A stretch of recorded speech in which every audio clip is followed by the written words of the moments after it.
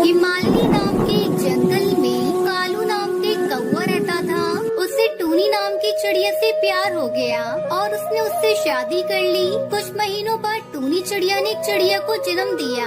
उन्होंने उसका नाम टुनटुनी रखा। लेकिन कुछ समय बाद टूनी बीमार पड़ गई और एक दिन कालू कौवे को अपने पास बुलाया। सुनो जी, लगता है मैं अब और नहीं जी पाऊंगी। मैं तुम्हारे पास अपनी बच्ची छोड़े जा रही हूँ। मेरे बगैर तुम लोगों को बहुत परेशानी होगी, इसलिए मेरी बच्ची के लिए दूसरी शादी कर लेना जो टुनटुनी की अच्छी तरह देखभाल करे। ये कहते हुए वो चल बसी। टूनी चिड़िया की आखिरी इच्छा समझकर कालू ने सुंदरी नाम की कौवी से शादी कर ली। सुंदरी कौवी टुनटुनी चिड़िया की अच्छे से देखभाल कर रही थी। ये देखकर कालू सुकून से था। एक दिन टुनटुनी चिड़िया एक डाल पर बैठकर कुछ सोच रही थी। ये देखकर कालू को उसके पास गया और पूछा, क्या हुआ बिटिया, तुम यहाँ क्यों बैठी हो? कुछ नहीं पापा, बस ऐसे ही। अच्छा, ये तो बताओ तुम्हें अपनी नई माँ पसंद है ना? हाँ पापा, नई माँ अच्छी है। पहली वाली तो झूठ बोलती थी, लेकिन ये जो कहती है ना वही करती है। अच्छा बिटिया, माँ क्या कहा करती थी? बाबा, पहली वाली माँ न कहती थी अगर मैं बाहर घूमने गई तो मुझे खाना नहीं देंगी, लेकिन फिर वो मुझे सब जगह ढूंढती थी और घर लाकर मुझे खाना खिलाती थी। और ये माँ ने भी मुझसे कहा कि अगर मैं बाहर गई तो मुझे खाना नहीं खिलाएंगी, और खिलाया भी नहीं। बाबा, 2 दिन से मैंने कुछ नहीं खाया। ये माँ अपनी बात पर बनी रहती है बाबा। ये सुनकर कालू का दिल टूट गया। सुंदरी, मैं समझ गया हूँ कि तुम मेरे सामने टुनटुनी की अच्छी देखभाल करने का सिर्फ नाटक करती हो। मैं जैसे ही घर से बाहर जाता हूँ तुम मेरी बच्ची को खाना तक नहीं देती। मैंने तुमसे अपनी खुशी के लिए शादी नहीं की थी। मेरी पहली पत्नी ने मुझसे कहा था कि मेरी बच्ची को एक माँ चाहिए होगी। अगर तुम उसे प्यार नहीं दे सकती मत दो, लेकिन कम से कम उसे समय पर रोज खाना जरूर दे दिया करो। ये कहते हुए वो बहुत दुखी हो गया और वहाँ से बाहर चला गया। फिर सुंदरी कौवी ने टुनटुनी चिड़िया को बुलाया और गुस्से में उसके सामने खाने की थाली फेंक दी। माँ, मेरी चोट लग गई है, क्या तुम मुझे खाना खिला दोगी? इतना सुनकर सुंदरी और गुस्सा हो गई और जोर से चिल्लाई, हाथ नहीं लेकिन मुंह तो है। अपने बाप से सब कुछ कहने के लिए किसने कहा था बाहर जा और चोट मार। अब मैं तुझे नहीं खिलाऊंगी तो तेरा बाबा आकर मुझ पर चिल्लाएगा। फिर सुंदरी कौवी टुनटुनी के मुंह में खाना ठूसने लग गई। माँ, मेरा मुंह जल रहा है।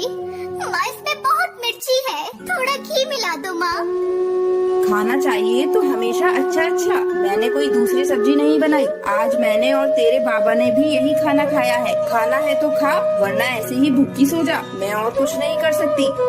क्योंकि टुनटुनी चिड़िया 2 दिन से भूखी थी, उसने वो मिर्ची वाला खाना खा लिया। दिन बीतने के बाद भी सुंदरी के व्यवहार में कोई बदलाव नहीं आया। जब कालू घर पर होता तो वो नाटक करती कि वो टुनटुनी चिड़िया की अच्छे से देखभाल कर रही है, लेकिन जैसे ही घर से बाहर जाता वो टुनटुनी से घर के सारे काम करवाती। टुनटुनी चिड़िया उसके जुल्म सहन नहीं कर पा रही थी। अपने बाबा को बिना कुछ बताए वो हमेशा उदास ही रहती थी। मैं बाबा को कुछ बता भी नहीं सकती। अगर बताऊंगी तो माँ और बाबा के बीच लड़ाई होगी। ये बात मुझे अच्छी नहीं लगती, लेकिन मैं अपनी नई माँ का जुल्म और बर्दाश्त नहीं कर पाऊंगी, इसलिए मुझे घर छोड़ना होगा। ऐसा सोचकर टुनटुनी चिड़िया अपना घर छोड़ देती है और दूसरे जंगल जाने लगती है।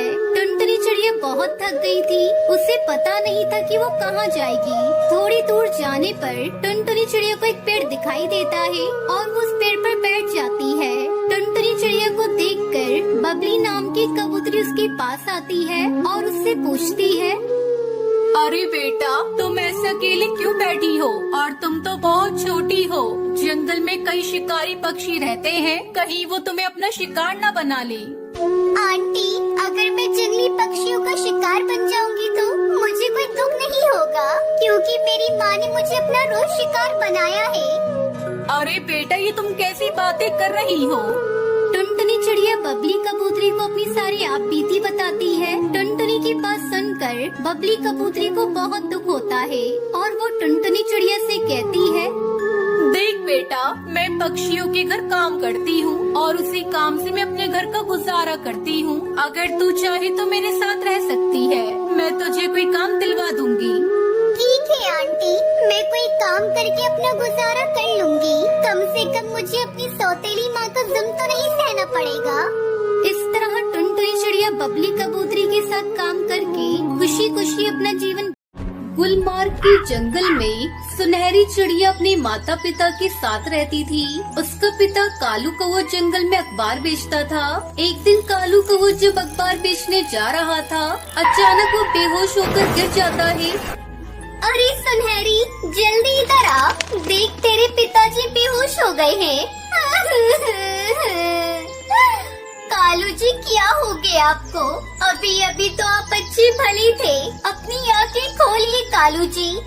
माँ, तुम रोना बंद करो, हम पिताजी को लेकर अस्पताल चलते हैं।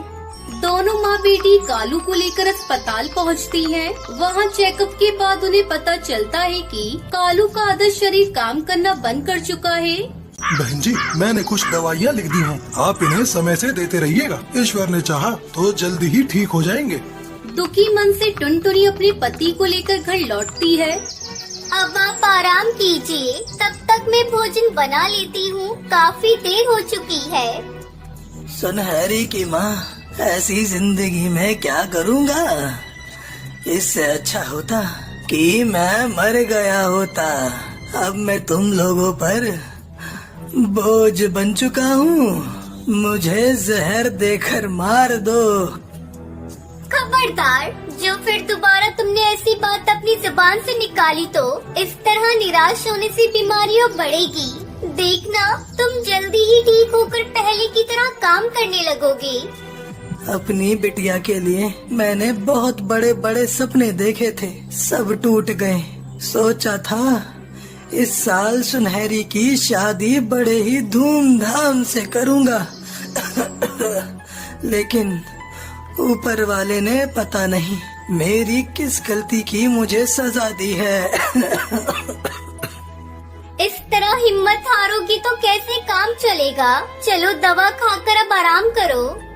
टुनटुनी अपने पति को हिम्मत देती है, लेकिन खुद दूसरे कमरे में जाकर फूट फूट कर रोने लगती है।